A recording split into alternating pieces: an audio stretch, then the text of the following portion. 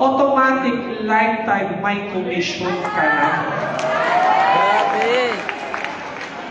For only 50 pesos, may return ka na 75,000 pesos. Tapos, yung 50,000 mo, pwede ka makakomisyon hanggang 1,000,000 piso. Isipin mo yun kung naniniwala ka sa potential ng iConnect, sa lahat ng teritoryo na makukuha mo, sa lahat ng benta ng retail, at taga 2,000 doon, meron po kayong komisyon.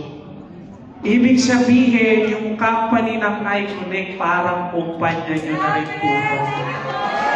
Ngayon naman, as a distributor, paano naman po kayo kikita? Sa lahat po na mabentahan nyo, nung 50,000 package na may worth up to 75,000 pesos, so sa return pa lang kumita na. So kahit wala ka nang bumenta, basta bumibenta yung company, kumikita ka.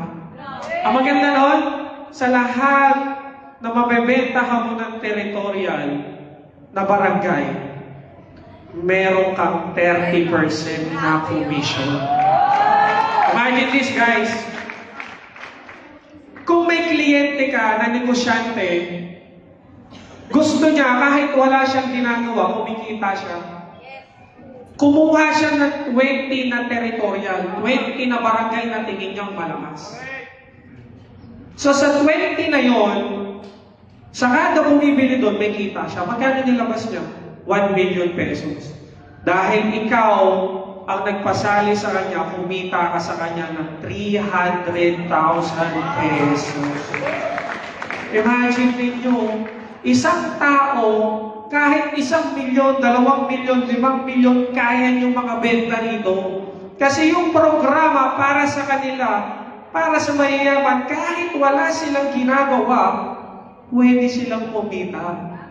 Imagine niyo, kapag nagbukas kayo ng franchise, nagbukas kayo sa isang lugar, kaya ba sakupin ng isang barangay? Di ba hindi naman? For example, nag-franchise ka ng French fries, hindi naman kaya serban ng buong barangay eh. Pero ang maganda rito, para naging part ka ng iConnect, for only 50,000, may return ka ng products, kahit 1, 2, 3 taon, walang benta, hindi ka nalulugi. Wala kang binabayarang pwesto, upa, kuryente, tao. Diba? Wala